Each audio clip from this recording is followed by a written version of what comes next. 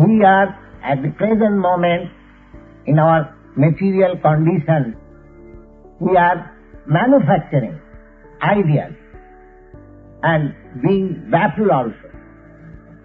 Because it is the business of the mind to create something and again reject it.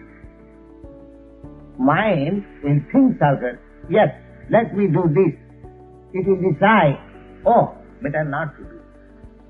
This is called sankalpa vikalpa, deciding and rejecting. And this is due to our unsteady condition in the material platform. But when we decide to act according to the Supreme Consciousness, at that stage there is no such duality that let me do it or let me not do it. No. There is only one thing. Let me do it. Let me do it. Because it is sanctioned by the superior consciousness.